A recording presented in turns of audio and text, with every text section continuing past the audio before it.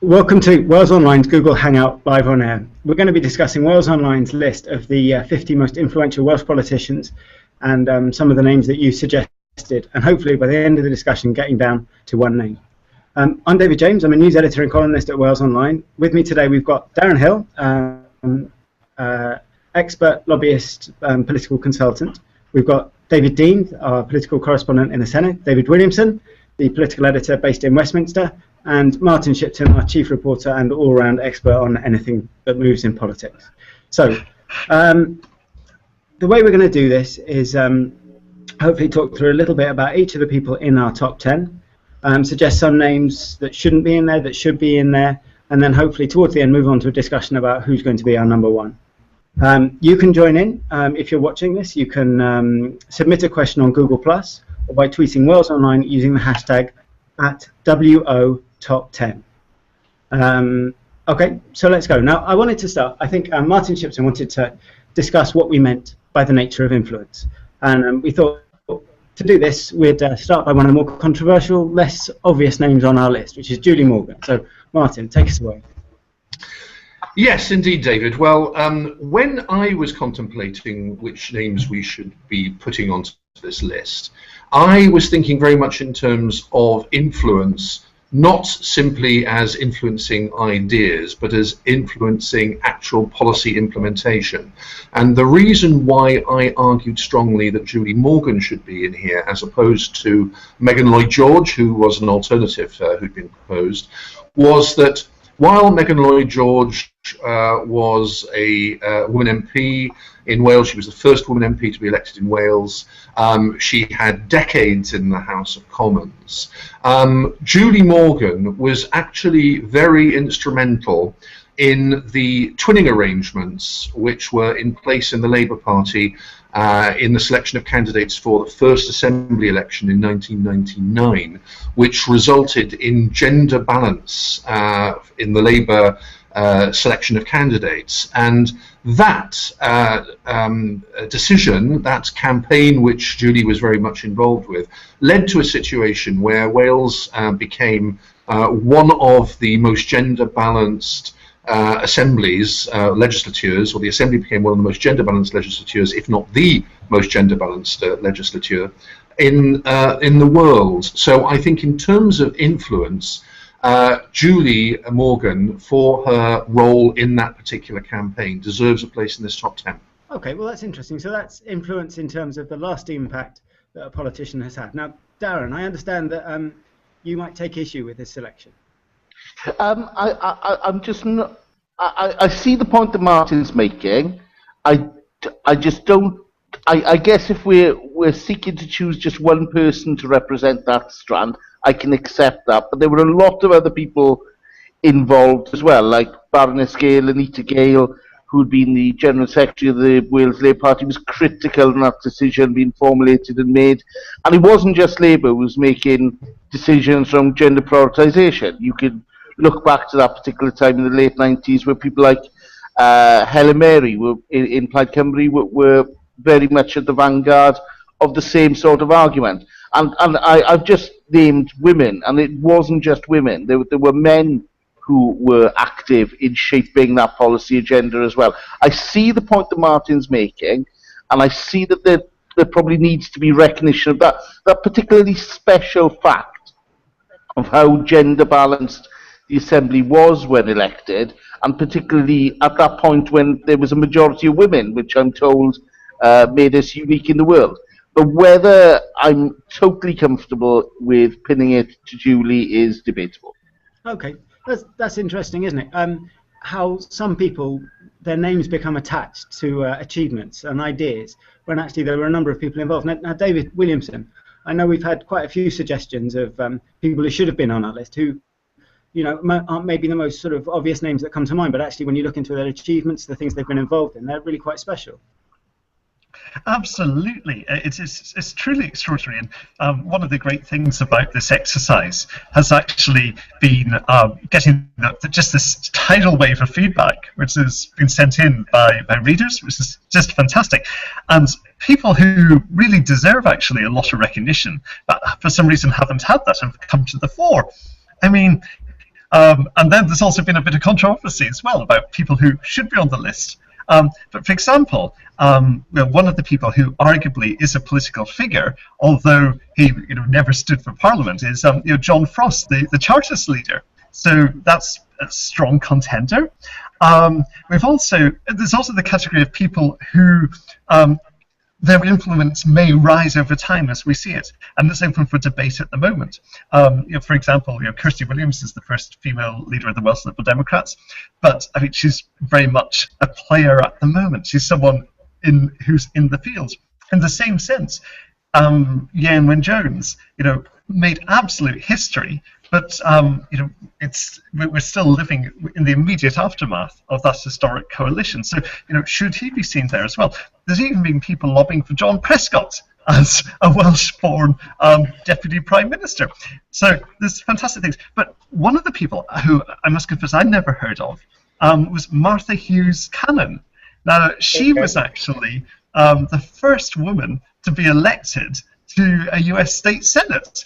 And she was born in Llandudno. This happened in the 19th century. But my word, maybe Wales should, celebrate this person as an absolute pioneer of emancipation. It's interesting what you say, isn't it? Because people have an importance in historic terms by how prominent they were in certain position.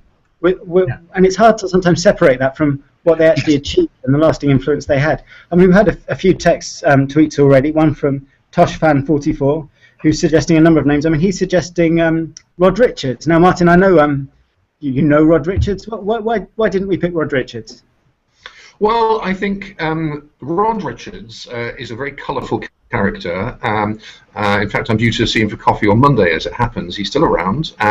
He was a very abrasive Welsh Office Minister. When he was a Welsh Office Minister, he managed to seriously wind up the opposition. They couldn't stand him and didn't get on with him at all, and thought that his brand of Thatcherism, as they saw it, was just not good for Wales. He became the elected leader of the Welsh Conservatives in the run-up to the 1999 Assembly election, and had a pretty abrasive approach to that as well. I mean, essentially, he never developed the positive view of the Assembly, which his successor as the Conservative leader, Nick Bourne, did. He was, in fact, very sceptical of the need for an Assembly, had been involved in campaigning against it, and unlike other Conservatives like Nick Bourne and David Melding, was never signed up to the devolution role. And I think probably for that reason, and because ultimately the position that he took was not followed by his party, the degree of influence which he had was quite limited. However, I happen to believe that he did offer a lot.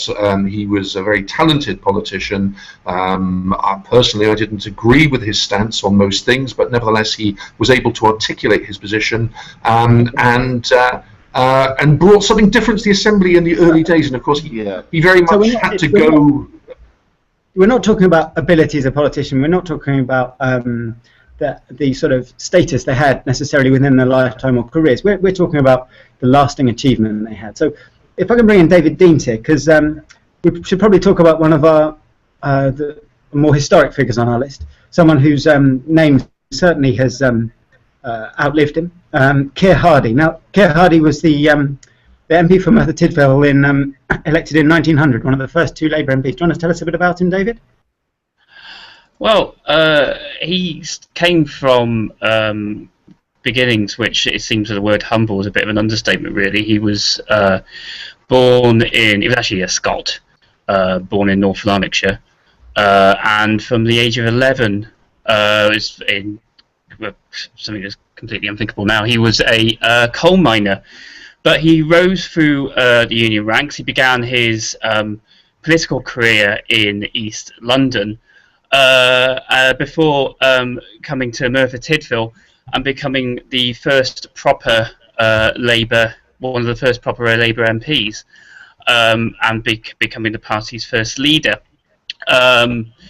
he was instrumental in the bringing together the different early Labour movements into a single party, and it's was shown by our public poll. I think he came third. That people in Wales, even though he is a Scot, really hold Keir Hardie to their heart, and he was instrumental in forming the parliamentary socialist movement. I think that's one of the most important things about Keir Hardie, isn't it? The extent to which he's revered within the Labour movement. I mean, this was the MP. I mean, he was first elected in West Ham, I think, in 1893, and he turned up to Parliament, caused an absolute stir by refusing to wear the sort of black tunic, the parliamentary uniform of the time. And his influence was not necessarily as a sort of networker, as a politician. He never had as much power as, say, Ramsay MacDonald, but he's this huge icon. Now, Darren, I know you probably think we should have picked Ramsay MacDonald. Well, I think that there's a hair's breadth between them. I think the difference is Keir Hardie's still revered in the Labour movement, and Ramsay MacDonald is anything but. But Ramsay MacDonald had the same sort of connection with Wales, of course, because he was the MP for Aberavon back between 1923 and 1924, and in fact that was the first time Labour ever had a Prime Minister, so it was from a Welsh seat. I think that's as close a link as Keir Hardie's period in terms of representing Merthyr Tydfil. But of course, Ramsay MacDonald's legacy is different, and his legacy in Aberavon was different as well. Because bizarrely, and I'm sure anyone looking at this with modern eyes would laugh, Ramsay MacDonald was deselected while the leader of the Labour Party and the sitting Prime Minister, he was deselected in Aberavon because he would only visit twice a year. They wanted him to come 3 times a year. So I think the nature of the demands from your electorate and your constituents and your local parties has changed somewhat since those days. Yes, absolutely. Moving on to something slightly different. In our poll, there were the two Davids, David Ellis-Thomas and David Wigley, both did very well. David Williamson, why do you think they've done so well in our poll? I think it's because the two men are enormously charismatic. There are actually, genuinely thousands of people across Wales who would probably describe them as personal friends, because they have been around throughout the entire devolution journey. In fact, when devolution was but a dream. These are figures who have been both in the Assembly, they've been MPs, and now they're members of the House of Lords. And there's also, I think, there's a fantastic personal drama, the two of them, of these sort of friends, rivals at times perhaps, and that creative energy. It's certainly in Welsh nationalism, they are probably, the Lennon and McCartney. So there's that level of colour and personal attachment. It is fascinating to see them transcending the different institutions as well, where each of them has found a role to a great extent. David Wigley particularly now serves as very much the point man for the SNP in the House of Lords, because they don't have peers. And this has meant that actually he's got one of the biggest workloads of his career probably right at this moment, which is a fascinating new act. And as presiding officer, I think David Ellis-Thomas took what could have been quite a pedestrian role and turned it at times into almost something like, comparable to a president of a republic, I suppose, might be one way that you could look at it. And that certainly came to the fore in moments like after the 2007 election, when there was that critical decision to actually recall the Assembly, which led to Roger Morgan, I think in his own words, putting on the captain's armband again. Once that had happened, it meant any move to a rainbow coalition was suddenly far less likely, because that momentum had been there. So yes, both men in their own way have played pivotal moments in history. In Welsh history, and of course David Ellis-Thomas also had significant impact in Northern Irish history by moving the motion which led to the Bobby Sands by-election. So yeah, the two men are very much the most recognisable players on the field, and even though they may not command the votes or the ideological support of a majority of people in Wales, they certainly are two very colourful figures. and to be colourful and to still be generating news and still to be interesting 40 years after first being elected to Parliament is something of an achievement for both of them. Absolutely. And I think one of the fascinating things about this list is that when we look at people, there are very few who've been in more than one institution, but these guys have. And you have to wonder, when we look at people like Lloyd George and a host of Roy Jenkins, for example, Leo Absey, people who actually defined, in many ways, post-war British history. If they were starting out today, would they go to the Assembly? Would they go to Parliament? And will we actually see so many big hitters influencing the trajectory of UK politics and UK society in a post-evolution landscape? And this is a great question. Or will we actually see people doing a dab, if we could call it, and moving between the different institutions? I mean, Ron Davis certainly wasn't opposed to that idea and hoped that there would be an interchange of personalities. It's a very interesting point, isn't it? That we've got figures on our list who are instrumental in the Welsh nationalist movement, which led ultimately to the creation of the Assembly, and sort of people who sort of prospered within that environment. I mean, Darren, how would you look at sort of two of the sort of other Plaid figures on our top 10 who are also in the polls top 10, Saunders Lewis and Gwynfor Evans? How would you compare their lasting influence to the two Davids? I think that the case of the two Davids is way stronger. I think that Saunders Lewis was a failure as a politician, but a success as a cultural pointer, really, and his significant contribution, I think, to lasting Welsh life was a radio broadcast rather than anything purely political. I also, I don't buy into the hagiography of Gwynfor Evans. I think Gwynfor Evans was a politician who won a by-election in spectacular style, but spectacularly failed to follow that up in any meaningful way. Spectacularly failed to hold his seat on a continuous basis. When the two Davids entered Parliament, they have a virtually unbroken record in some institution or other since that time. But Gwynfor Evans couldn't even hold Carmarthen and probably, I think, lost more elections than he won there. But we do remember back to 1966 and that particular moment. But I guess it would be like making the case that Martin Bell should be remembered because he won a famous election victory in '97 wearing a white suit, and we still remember that. But whatever Bell did beyond that, I think will be forgotten. But it hasn't been for Gwynfor, and I'm sure I'm going to get a hell of a lot of hate mail after this broadcast from members of Plaid Cymru. Yeah, Mr. Shipton, I mean, that's very true. I mean, our poll had Gwynfor Evans in fourth place, level with Keir Hardie. I mean, he's a huge icon within the movement. How do you sort of assess that? How do you sort of account for that when you're sort of analysing his influence? I think obviously his influence, in a sense, was more cultural than political. It was certainly an enormous achievement to have won that 1966 by-election, and it really put Plaid Cymru into a new realm, as it were.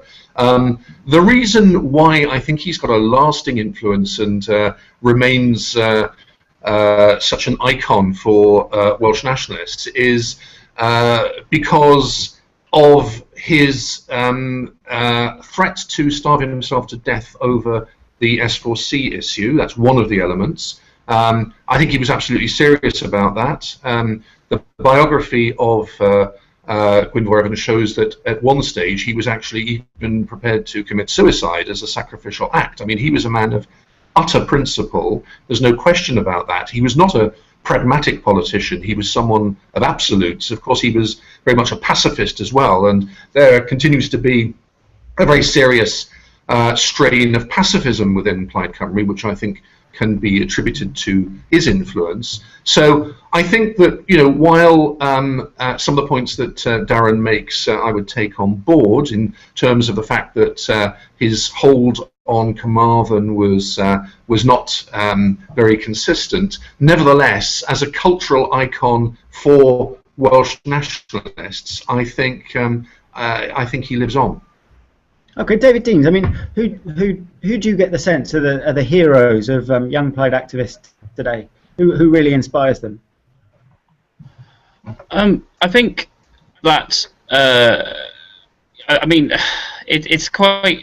She's not in our top 10, but the fact that Leanne Wood was in a early before she became leader was a strong left-wing populist voice did really inspire young Plaid coming activists, and I think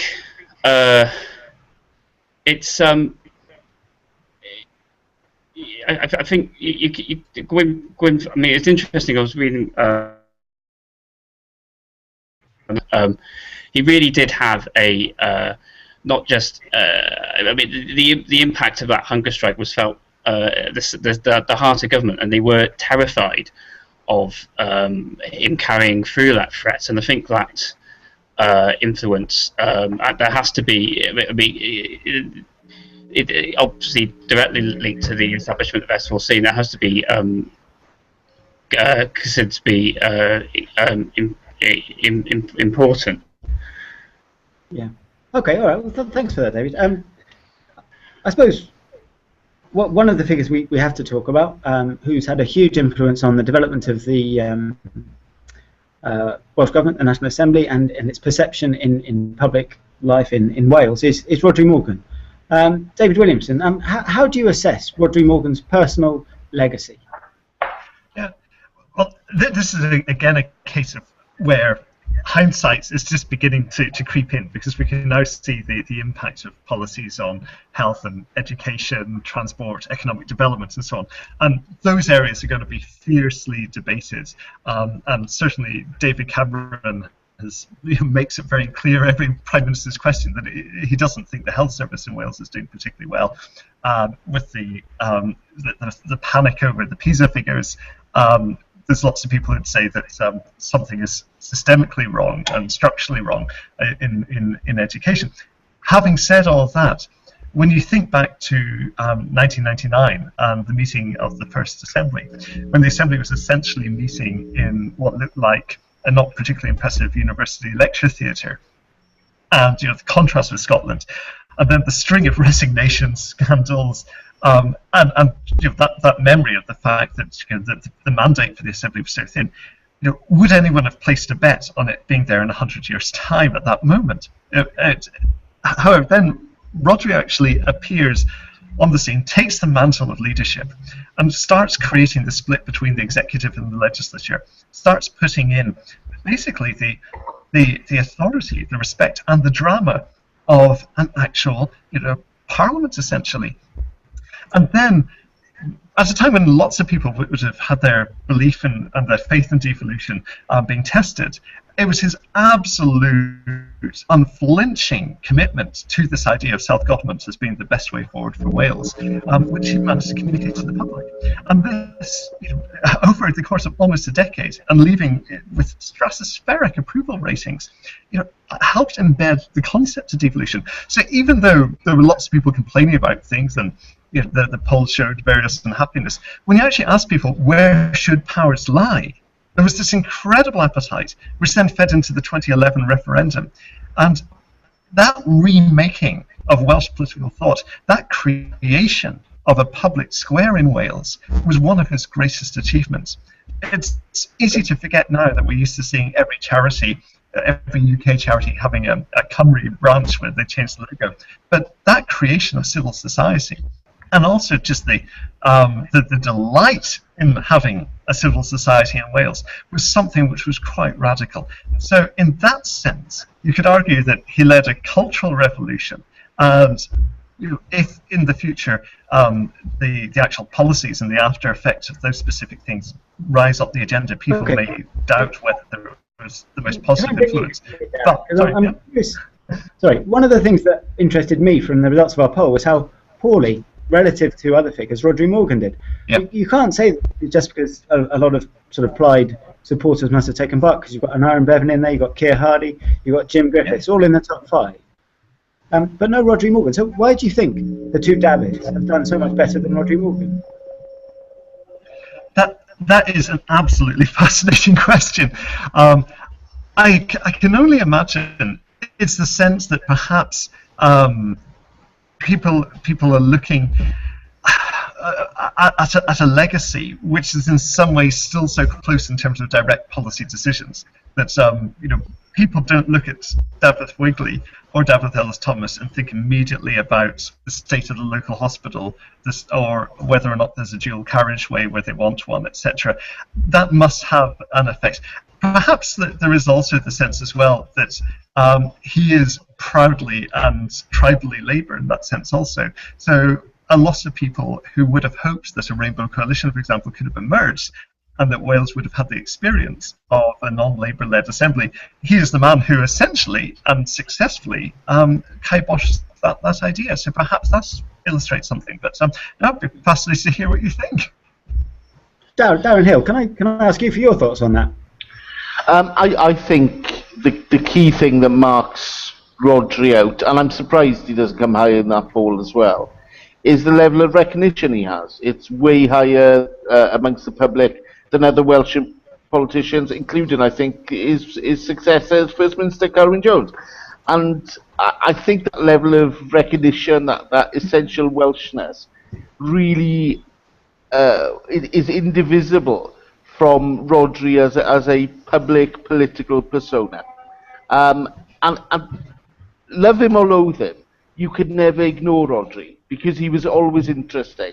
And I do look back with a fondness, actually, even though how infuriated he could be when he was answering First Minister's questions.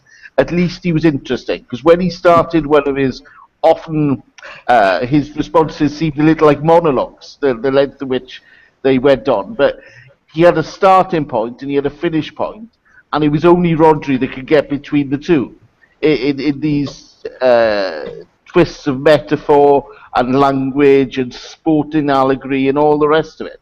And actually, I do look back with fondness to that time, because Rhodri seemed to capture something quintessentially Welsh in the way he approached things, and you could never tell where he was going next. And I wish we could say that about First Minister's questions that we have at the moment. Martin, can I pick your brains on something? Because one figure who did much better in the public poll than I think in our discussions was Jim Griffiths. Why do you think that is? Well, Jim Griffiths was the first Secretary of State for Wales, 1964. He was very much seen as a pro-devolutionist. He was somebody who was well thought of by Harold Wilson, who was the Prime Minister at the time, who decided to give him this role. Without him, if you like, the role of the Welsh office would perhaps have been different, because if you'd had somebody like George Thomas, for example, in there from the outset, who was not somebody who was interested in Wales per se, but was more interested in, should we say, being sycophantic to the establishment, as was proved many years later, we wouldn't have had that distinctive role of the Welsh office in a period before devolution, because it was in a transitional, it was a transition really towards full-blooded devolution to have a Welsh office. There'd been a Scottish office for quite a few years before that, but there hadn't actually been a Welsh office. So I think Jim Griffiths was also very rooted in Llanelli. He was a very straightforward man. He didn't have any pretensions, but very much an honest man. And I think that people will remember him in a positive way. Well, I'm surprised by the omission of Jim Griffiths as well. I agree with the analysis Martin's given, but I'd also throw in the stuff he did in the 1945 government, when he was responsible for pensions and national insurance, and was a very reforming minister, and part of the welfare state that he set up are still with us today. And in the 1950s, he was less noteworthy than an Irene Bevan, who's somebody I'm sure we'll come on to talk to in a little while, but less noteworthy because he didn't cause the Labour Party problems. He was an effective and loyal deputy leader at one point of the party across the UK as a whole, And I think it's a mark of the man that when that Labour government was then formed again in 1964, he would have been entitled to one of the top jobs in government, one of the very top jobs in government below the Prime Minister, and he chose instead to ask for the Wales office. And I think that that level of political humility and political direction stands him in extremely good stead. And I'm surprised he's not in this top 10. Oh, thank you, Darren. It's an interesting point of view. I know the one name in our top 10 that you disagree with is Leo Absey. Do you want to tell us why?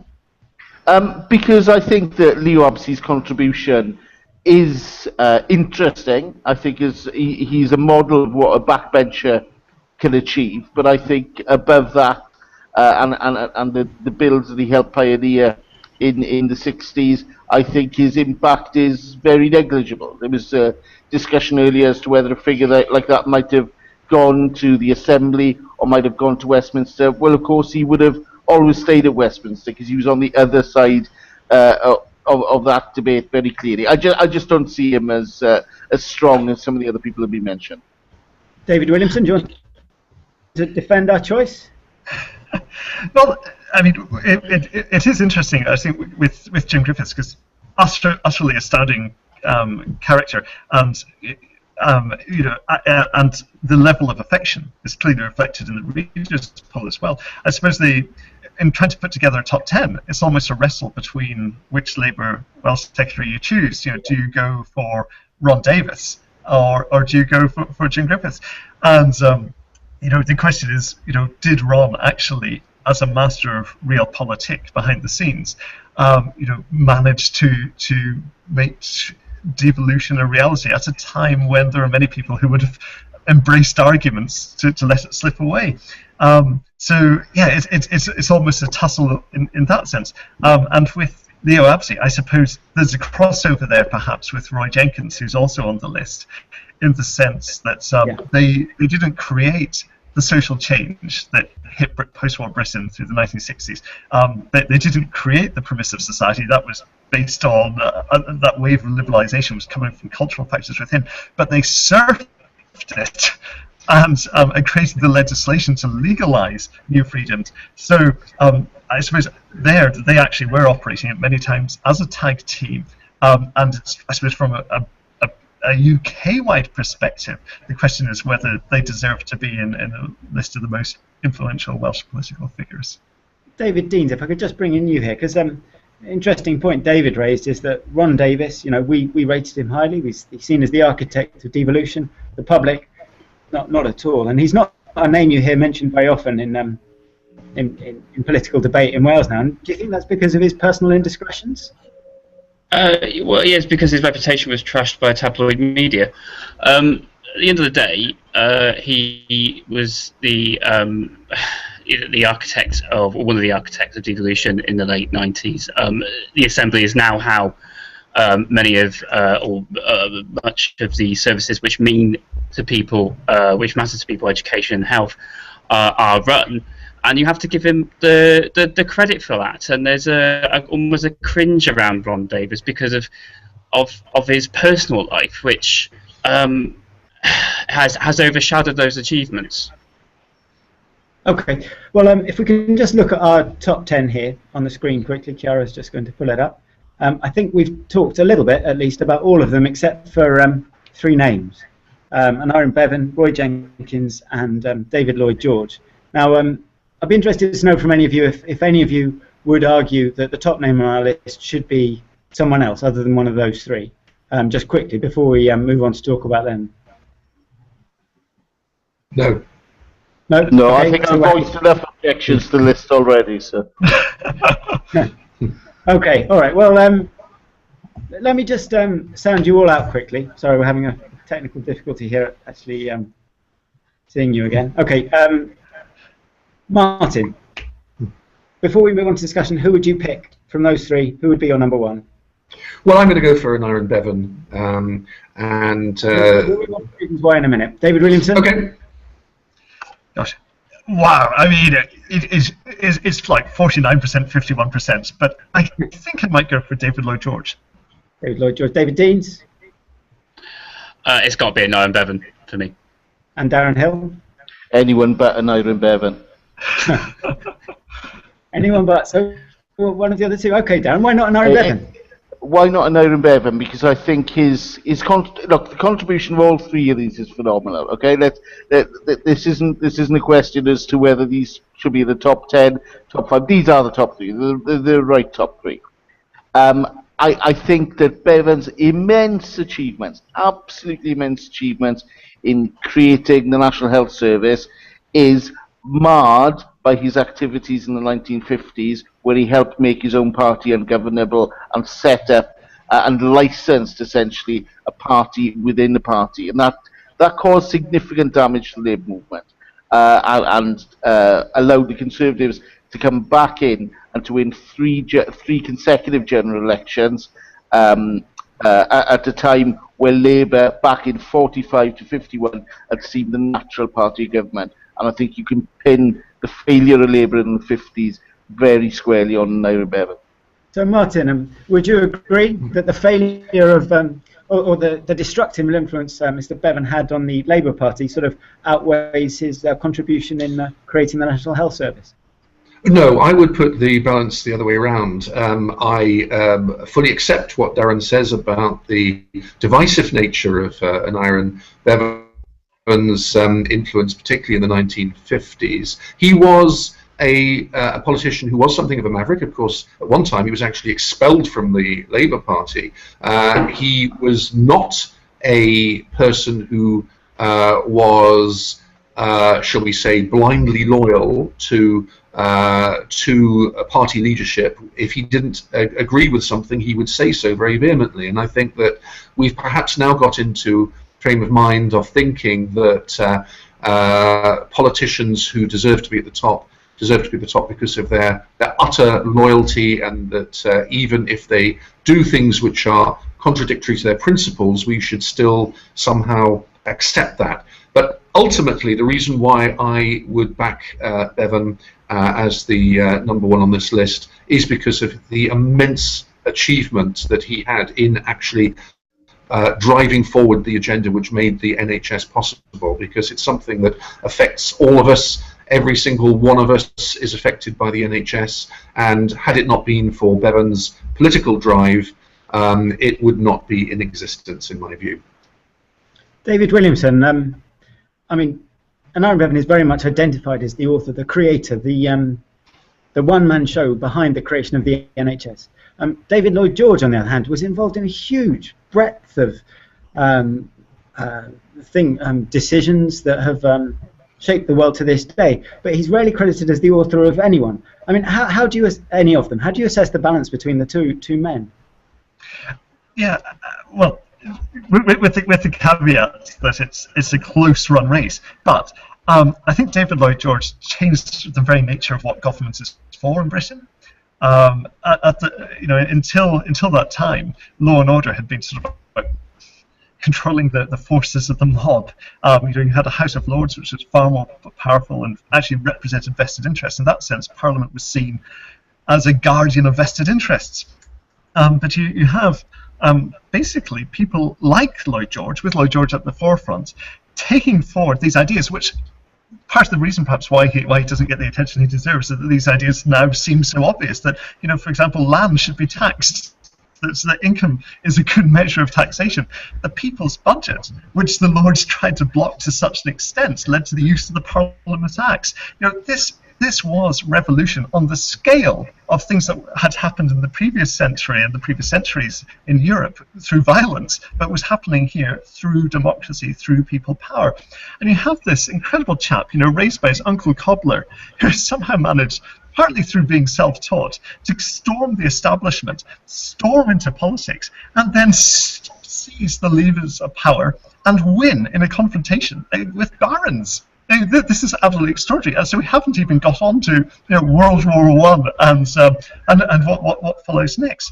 But that idea that actually the state has a role in protecting people from ignorance and poverty, these were incendiary notions, which could have just been a radical standing on a soapbox or someone taken off to the scaffold. But he took the dreams of people like the Chartists and actually translated them. And perhaps it's the fact that it was successful. I mean, his legacy is not solely domestic. I mean, No. Balfour Declaration is Arthur Balfour, the Foreign Secretary at the time. It's normally associated with the creation of the State of Israel, but it was a cabinet decision with Lloyd George at the helm, and Lloyd George defended it and explained it in public. I mean, should we see Lloyd George as the father of Israel?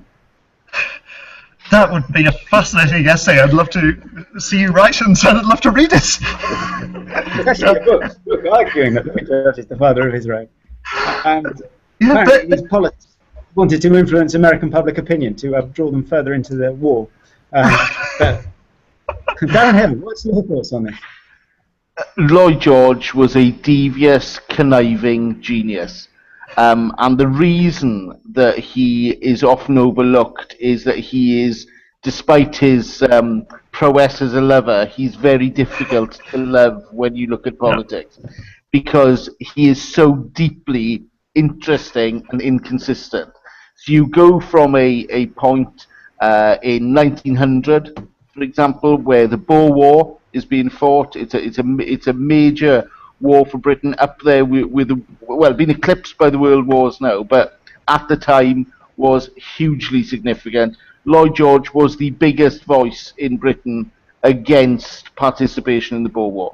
So he was absolutely loathed by the establishment and the right. You roll on to 16 years when he becomes Prime Minister. He becomes Prime Minister during the First World War because the prosecution of that war is so ineffectual. He's already moved from Chancellor to be made Minister of Munitions, which is the portfolio that turns around the production of the armaments to win that war. He's then credited for the next 2 years as the man who won the war, because such was his drive, his determination, and his ability as an administrator and as a leader. So he did, and there's a huge amount of contradictions. And then, looking at him as a liberal, he achieved a huge amount for the Liberal Party and was an immensely reforming Chancellor who introduced things like unemployment benefit and national insurance, things that we still have today, while at the same time passed legislation and took steps in the latter part of his career that makes liberals cringe, and destroyed his own party in the process. So he's a figure that's very difficult to love, but impossible to ignore. His impact is huge. And how would you compare his lasting legacy with that of Roy Jenkins? I think it's as strong. It's a difficult one to call. It's just Lloyd George is genuinely 100% Welsh through and through, in the way that not everybody on the list is, shall we say. And he never forgot that Welshness, and that particular Welshness was a part of his politics right the way through his life and career. And he is absolutely fascinating. But there is a parallel with Jenkins. There's a clear parallel with Jenkins, who I'm sure we'll come on to. Martin Shipton, what's your thoughts on Roy Jenkins? I mean, he's credited as being the driving force behind the liberalisation of society in the 1960s, but he was actually only Home Secretary for 2 years. I mean, how do you assess his lasting legacy? Yes, and of course there is a paradox, isn't there, that while he is very much seen as a liberalising influence, he actually went on to create a split in the Labour Party by going off and after a period in the European Parliament, or rather the European Commission, where he was the president, he came back and formed a party which was intended to destroy the Labour Party, together with a number of other prominent politicians, he founded the SDP. He stood in one by-election, didn't get elected, and then he stood in Glasgow Hill Head and got elected. The legacy of the SDP, I guess, was the move of the Labour Party to the right. So the legacy of Roy Jenkins is this strange mix of liberalisation of laws relating to homosexuality and divorce, etc., and yet at the same time, through setting up a breakaway party to the right of Labour, dragging Labour to the right, and in a sense being a forerunner and creator of Blairism. which is something that the Labour Party still hasn't entirely escaped from today, as we know, because they are going along with, to a degree, the austerity agenda that has been set by the Conservative Party today. So that is his legacy, a contradictory one. Okay, David Deans, we've now heard that all three of our top three politicians were divisive influences within their own party. Should we be distracted by that, or should we judge them by their achievements? No, I don't think we should. At the end of the day, I think we're talking about influence, and if this is going to mean anything to anybody, we need to look at, well, the decisions they took then. What does that mean now? And if you, with Bevan, as divisive as he might have been, establishing the NHS was a Herculean task, which if you try to do that now, I think it would be impossible, considering the financial constraints we've currently got. The NHS is a core part of the post-war British identity. We argue over it. We sometimes hate it. We sometimes, but it's embraced by many Britons as a core part of what it means to be British. And ultimately, I think these arguments over whether what politicians, the impact they had internally on their own parties, mean not a lot to people who aren't within our sort of political anorak bubbles. And I think the impact that the NHS had on British society means that's why Naira needs to be up there. Okay, Darren. Sorry, Darren. On that tone, there's an aspect of Roy Jenkins that we haven't discussed that has impacted on British society as much as his liberal reforming agenda during his first period as Home Secretary, and that is the attitude and position he took over Europe, where he was the leading pro-European in the Labour Party. Had a breakaway group of Labour MPs back in 1970, 71, 72, whenever the vote took place to enter the European Union in Parliament. He led that breakaway group then. He then went on to trumpet European concerns during the remainder of his political career, and of course, for 4 years was the President of the European Commission, a fact that is often forgotten. Britain has held at one point the presidency of the European Commission, and that was Roy Jenkins. And the European aspect of life is one that is hugely significant. It still shapes our politics today, for good or for ill. And Roy Jenkins was a fundamental part in making that new Britain in Europe a reality. I think, yeah, that's absolutely fair, because he, in many ways, stood against the tide and led. You know, he was a driving force behind that. Whereas you can look at a lot of the social policies of Lloyd George and say that they were done under the terror, under fear of the rising power of the Labour Party. The Liberal Party was worried about losing the working class votes. We need to wrap this up quite soon. We've been talking for 3/4 of an hour, so if I can just go round you all once again and see if any of you have changed your mind during our discussion. Who's your number one? Darren Hill.